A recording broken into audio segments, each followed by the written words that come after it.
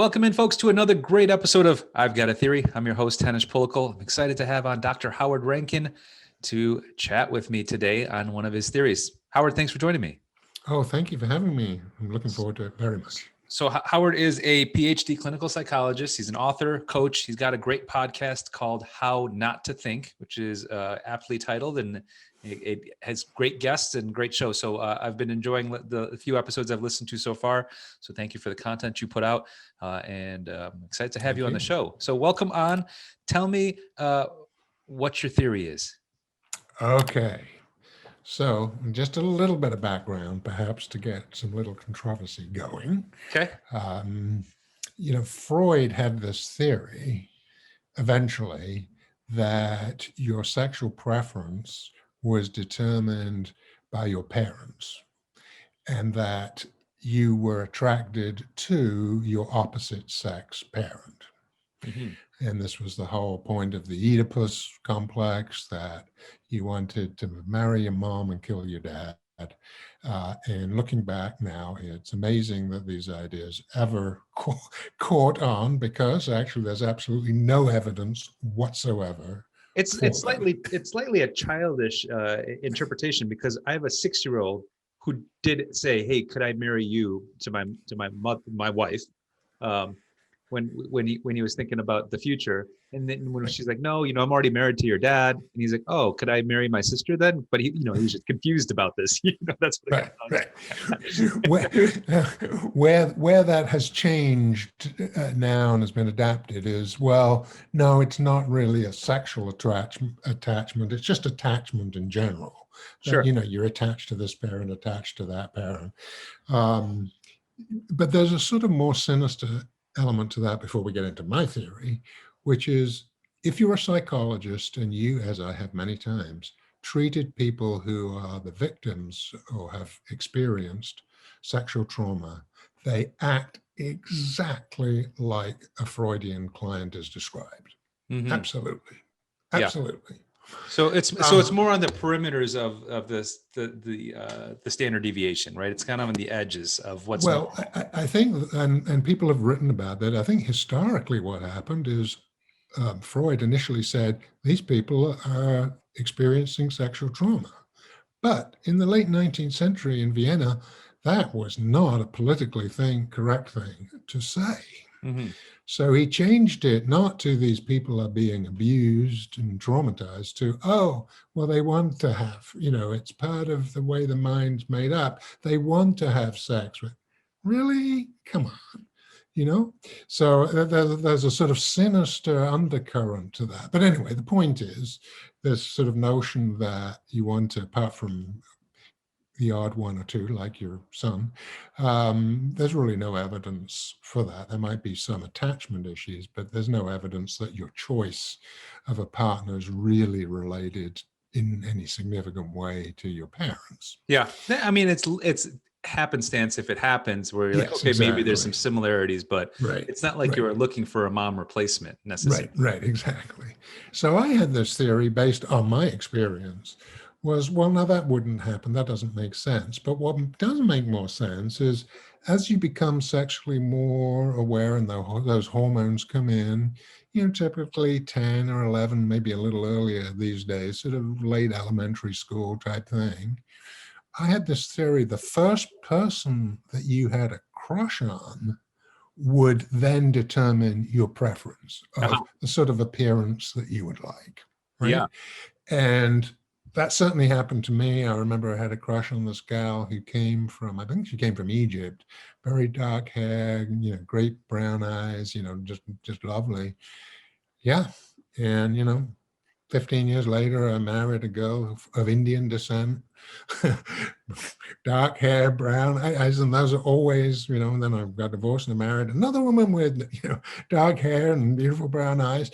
And, the notion was that at that critical stage, that first crush might set the tone for, in whatever way and for whatever reason, who you might then be attracted to subsequently. So it's kind of like an imprint, almost like on the baby geese, that this is their mother, but that was the imprint on this could be your future spouse and or partner in life.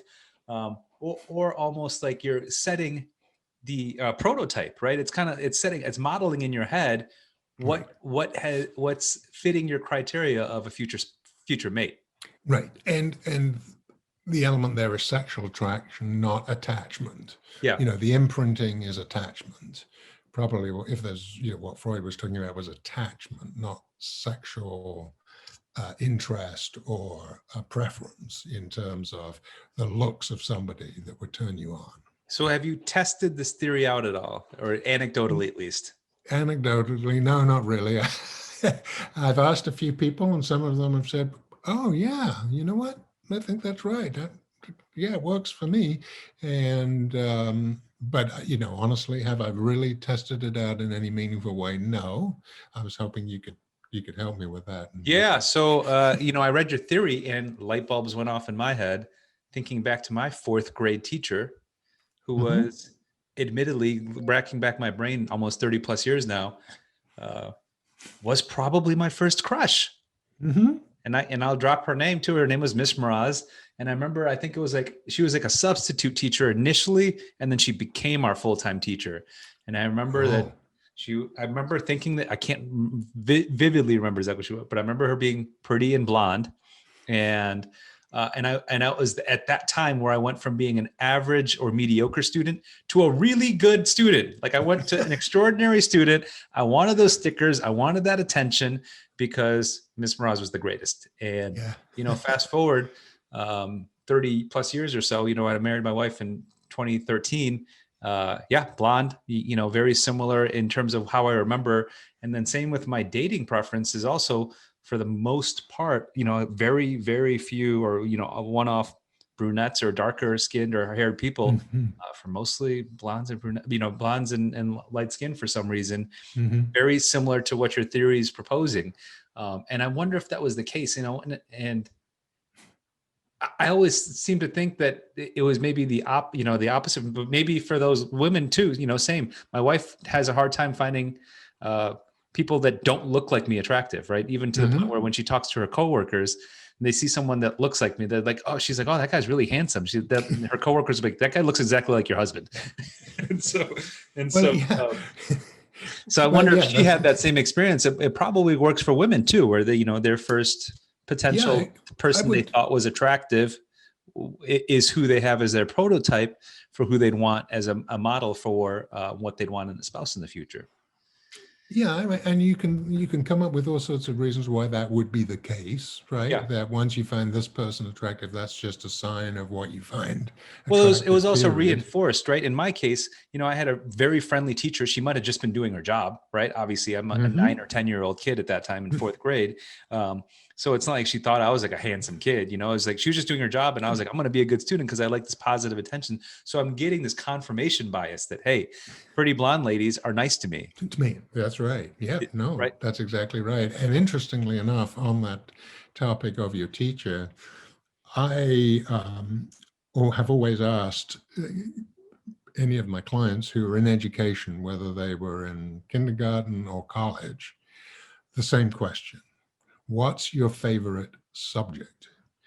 And a lot of the time I'd get the same answer. Now, one time I was at a think tank at Yale with a lot of intellectuals, and I asked this question. They didn't get the answer. I say, I ask this question, I get the same answer. No, it's not recess. What do they say? And I think, Henish, you'll know the answer because you just gave it to me. My favorite class is the one. Oh, with the prettiest teacher? Taught by my favorite teacher. Favorite teacher. Favorite teacher, yeah. Which could be prettiest, right? Yeah, for sure. So my favorite class is the one taught by my favorite teacher. Makes perfect sense, right? Yeah, of course. Of course. Yeah. Duh. They give you the attention, you feel appreciated, you want to work for them, you want to please them, all of that. Yeah. And yeah, absolutely. It was, I went to University of Michigan for undergrad, and I have a psychology degree undergraduate along with econ.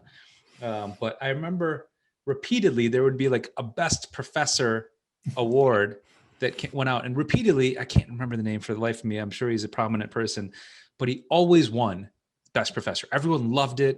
And he had an early lecture, and you wouldn't guess by the course title that it would have been people's favorite classes, but it was because of the professor that that people loved him so much that Yep. he still kept checked out. But he taught a religion class, which at a Oh, wow. liberal arts school seems unlikely to be the favorite teacher of that topic, Yep. and sure enough, his class format and the way he talked and explained things, had people engaged and encouraged and interested into learning more about what he was teaching, which is exactly what he was supposed to be doing.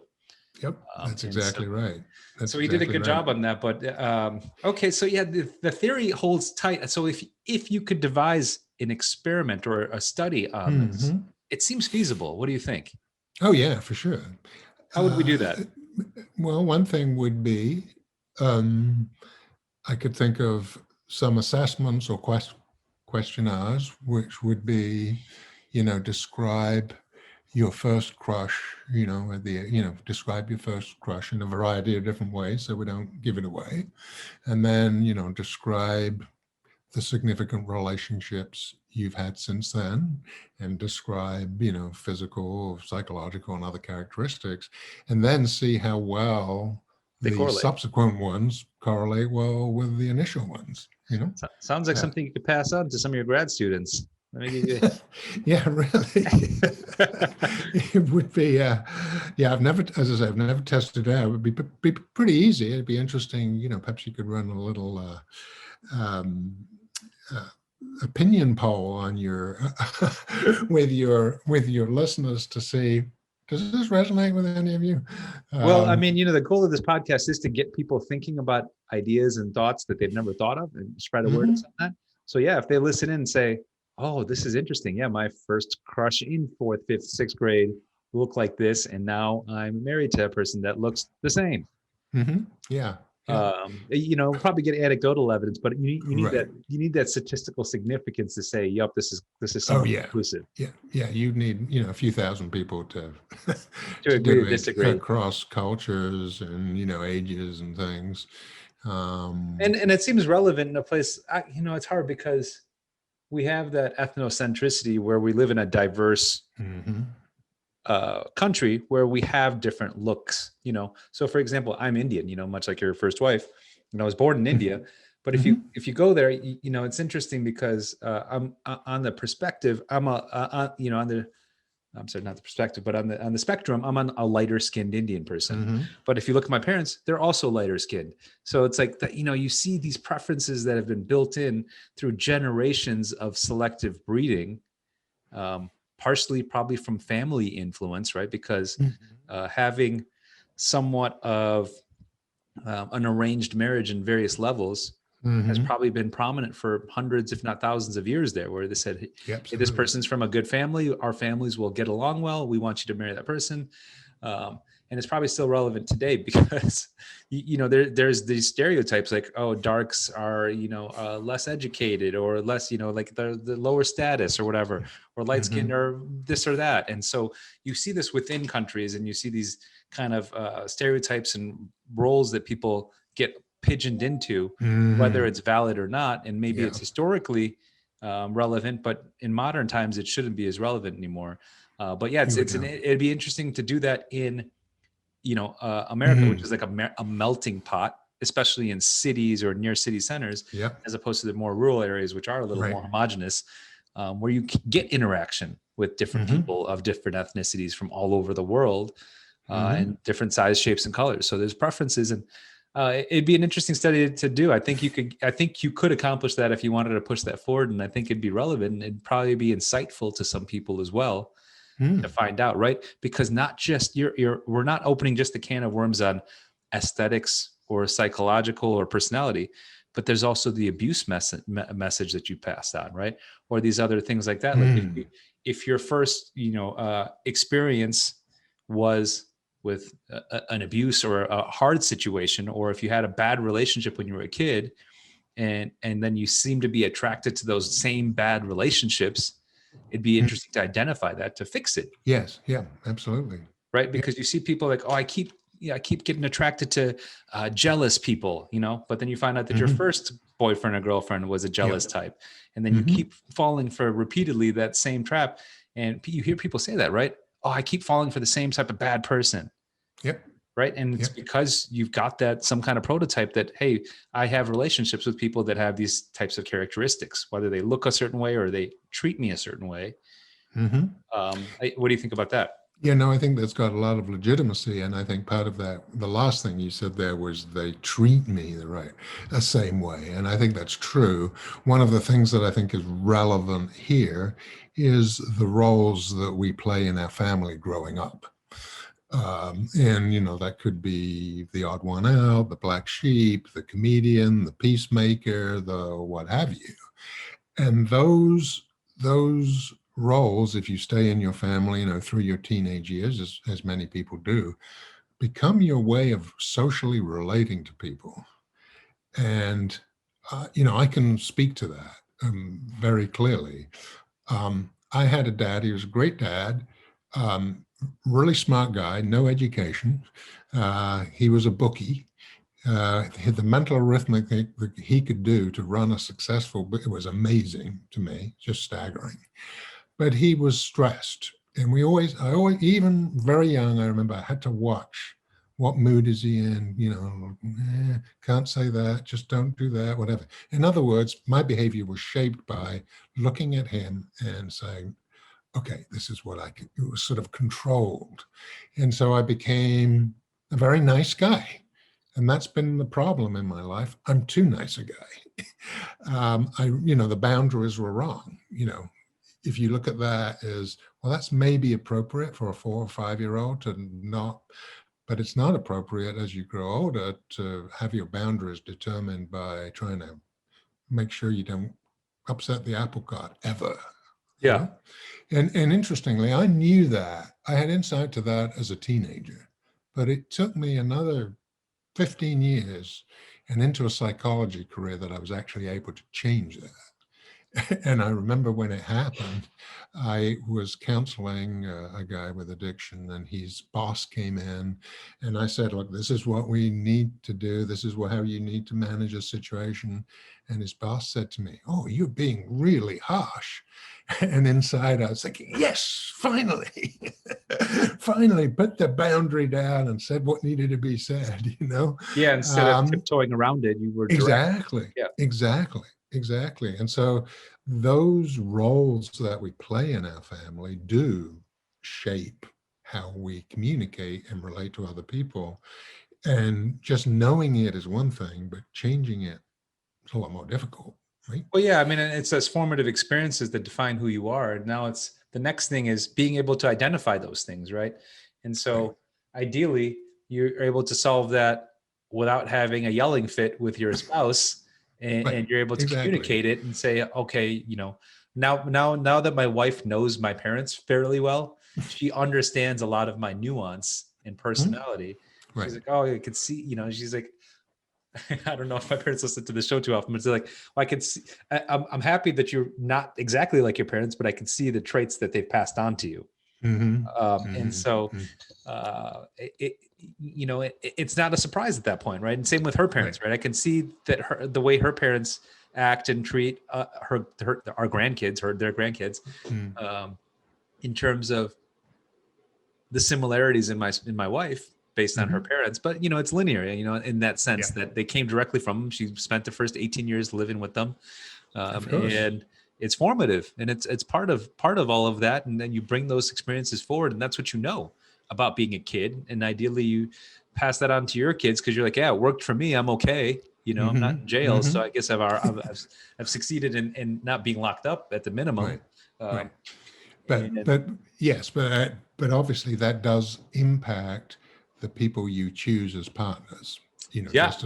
Just as an example, if your boundaries are a bit weak and you're a little insecure of yourself, you might give too much of yourself in a relationship where other people would say, this is not acceptable behavior. You would accept it and say, no, this is my job to put up with it. This is what love is all about. Whereas, is it really, And so that definitely comes into play for many people. Well, there's a lot of learning that goes on, especially with like a romantic experiences in that part of your life.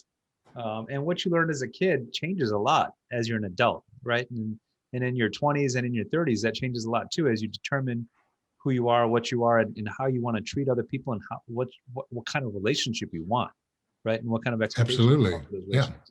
So, I learned long ago that I never wanted to have a jealous partner, right? And so now Right.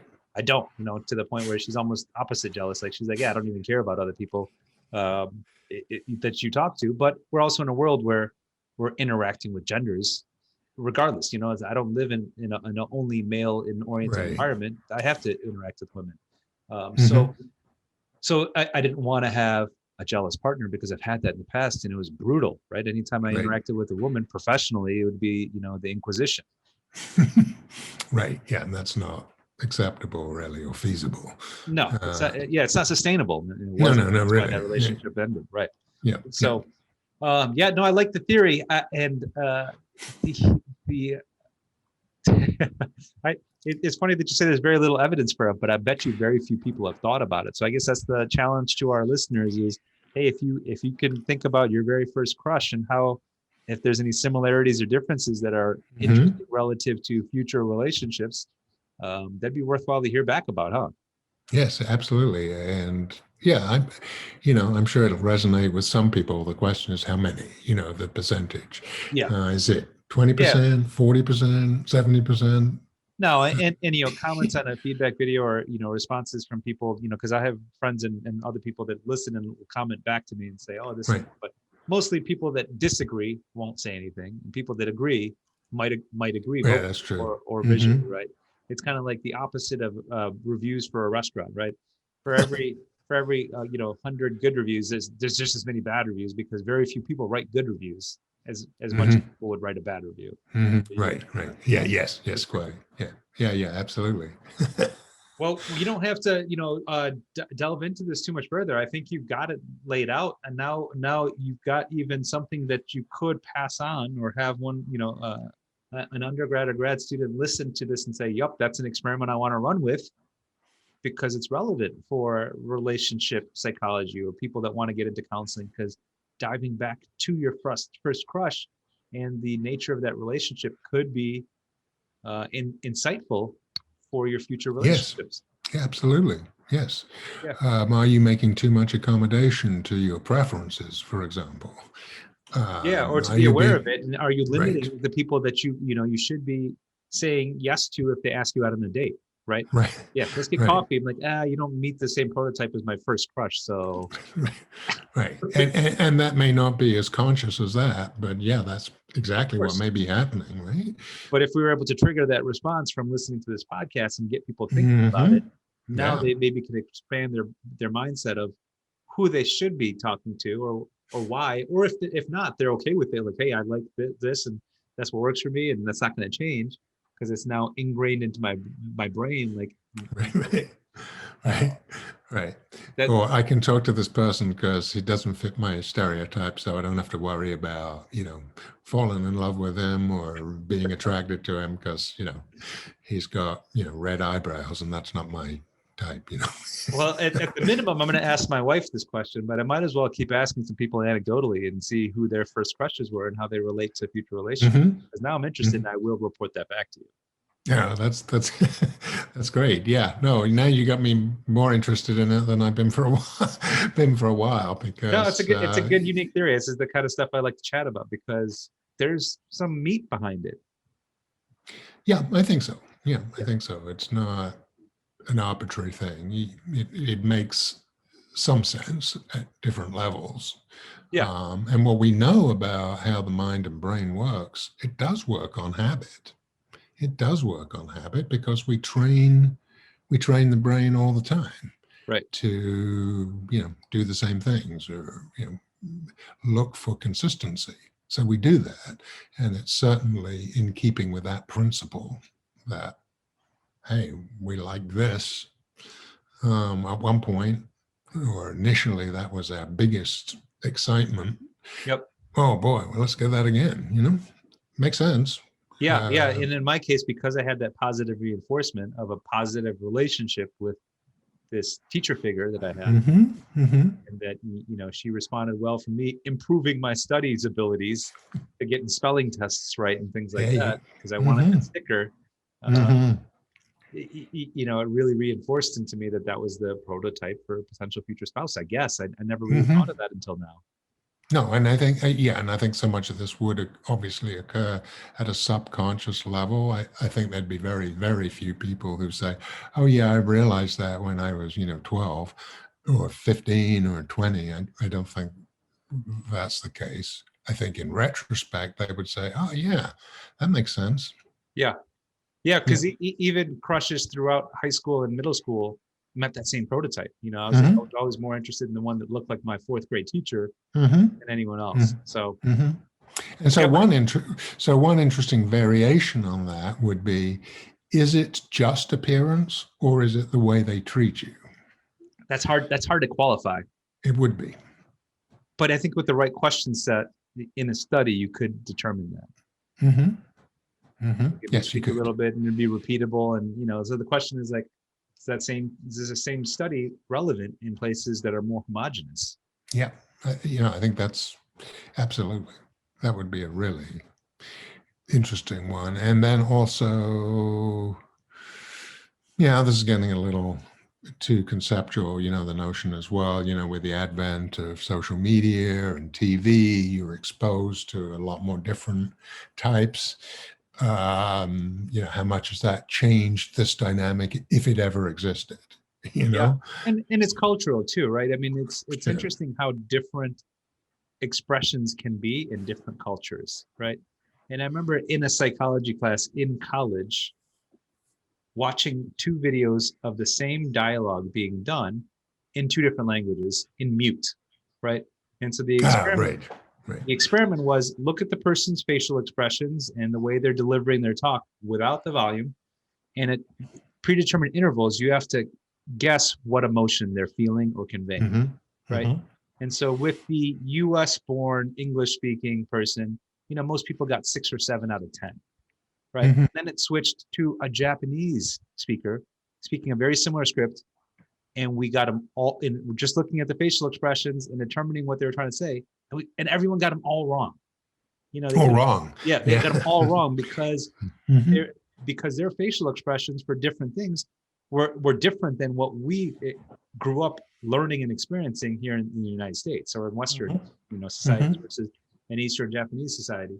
And so there's all these kind of things that are learned attributes that you take for granted until something exposes that difference. Right. Yeah, and that's an interesting one. And one of my sort of pet peeves. I've written a book. I wrote a book on communication called Power Talk: The Art of Effective Communication, like 20 years ago, but it's still so relevant today that I just upgraded it and brought out a second edition. And part of that came from the fact that, as I was a psychologist, I've been a psychologist for 10 years. Here I am working with addicts, trying to change behavior. No one had ever given me even a hint of a course on how do you communicate effectively. Nobody. And I'm not even sure they're around today. I'm creating an e-course on that. Yeah. Now, one of the interesting things is that you're talking about looking at nonverbal stuff. One of the biggest misunderstandings in this field is that, and you may have heard this, communication is 93% nonverbal. Right? Have you heard that one? Right. For sure. And you know where that comes from? It comes from a study by a guy called Albert Mehrabian in 1960. Okay. And here was the study. The experimenter stood up, said 3 or 4 words that were in total contrast to nonverbal expression. Okay. So he would come up and say, "I'm not angry." Okay.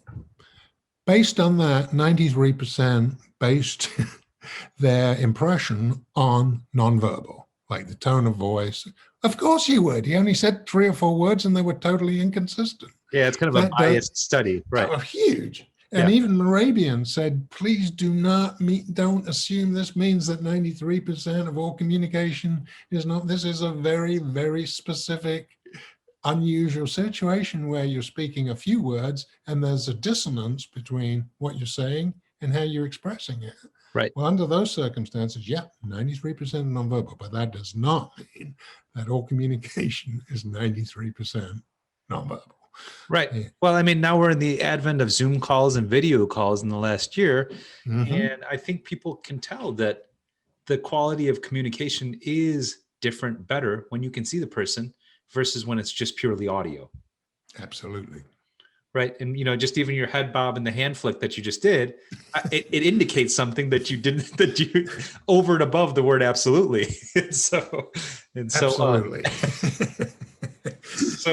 Yeah, I mean, it's super relevant, but yeah, I mean, there's still something to be said. Maybe it's a 60-40 split or something to that effect. Oh yeah. But same tone of voice is important versus just a written article, right? If you're just reading a transcription of this podcast, that's a different meaning that you get versus listening to our voices and seeing our faces talking about it. Even though most people do consume podcasts, just audio version versus visual. But I'm surprised that there isn't a business for just the transcripts, because I know people can read a lot faster than they could listen, right? A 20-minute podcast could probably be read in 3 or 4 minutes. Yeah, that's true. It could be. Yeah, and I think there are some transcription services that do that.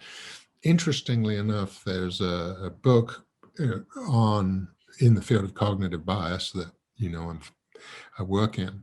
It's called Unfair: The New Science of Criminal Injustice, and it's by a guy called Adam Benferrado, who is a Lloyd professor at Drexel University, and he looks at how cognitive bias impacts the legal proceedings. And what he says is actually the jurists shouldn't see the defendants, the plaintiffs. They should just read it, because as soon as you see it, you're going to start making all sorts of assumptions. Yeah, that's true. If somebody stutters a bit, he's lying. You can tell he was lying. No, not necessarily. Could just be nervous. Stutter. That's exactly right. That's exactly right. That's exactly right. That actually happened to me one time, where I was seeing a guy who did have a bit of a stutter, and he was being charged with tax fraud because he worked for this construction company and he signed something. He didn't know what he was signing. And I said this in court. This guy didn't know what he was doing. Just because he stutters, it makes him look guilty, but don't judge him on that. And it was interesting. We had a break, and the IRS guy he said, you're right about that. Were you a professional witness in that case? Is that yes? Yeah, I was. Okay. Yeah. And so you were brought in by the defense to say, "Hey, don't interpret his behaviors of speech as admittance of guilt." Exactly. And actually, it was interesting because I had written stuff up there about it and what I thought about this guy, and he might, he could be, fooling me, but this is what I believe. And it should have just gone to the defense counsel, but it ended up in front of the judge too. The judge got it. But because I was open-minded in this letter, he actually took my evidence very seriously. So, that's, a plea for authenticity. I wasn't trying to, con anybody. I think, he could be fooled, but this is what I think. And he agreed with me. Yeah, and that was just on that segment of the case, right? You were just saying, exactly. I believe this guy's stutter doesn't make him guilty. It just means that he's got a stutter. That's exactly right. And so there's a lot to be said.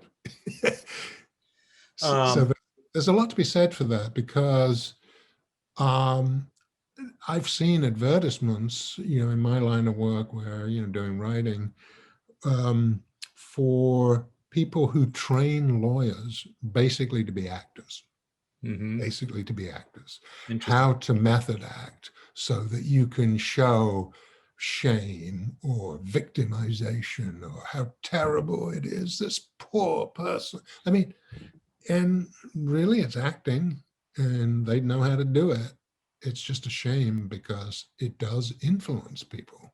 For sure. Influence them a lot. People are easily influenced, right? That's that's what sales teaches you, right? I've been in sales careers all my life. And so sales, it teaches you how you can get people to understand what you want them to understand. right? My product is better. My service is better. Here's why, right? But, in terms of the lawyer thing, one of my favorite TV shows that still makes me laugh is called Grinder, right? And it was with Mm-hmm. Rob Lowe, right? Handsome guy. Mm-hmm. And he plays a TV actor, lawyer who retires from that job and goes back to his family, dad and brother practice, where he tries to become a real lawyer based on his TV experience, and Right. is met with surprising success because people really take to his acting abilities and his ability to convey a message, Yep. regardless of any actual legal knowledge. Absolutely. Yeah. I mean, you're trying to persuade the jury, right? And yeah, people who know how to write persuasive communication can do that. And there are quite a number of trial attorneys who, understandably learn that. And put on a good show. Put on a great show. Yeah. Awesome. And that's what's important, right? Because half the time you see these juries falling asleep because it's so boring and dry in a court most of the time.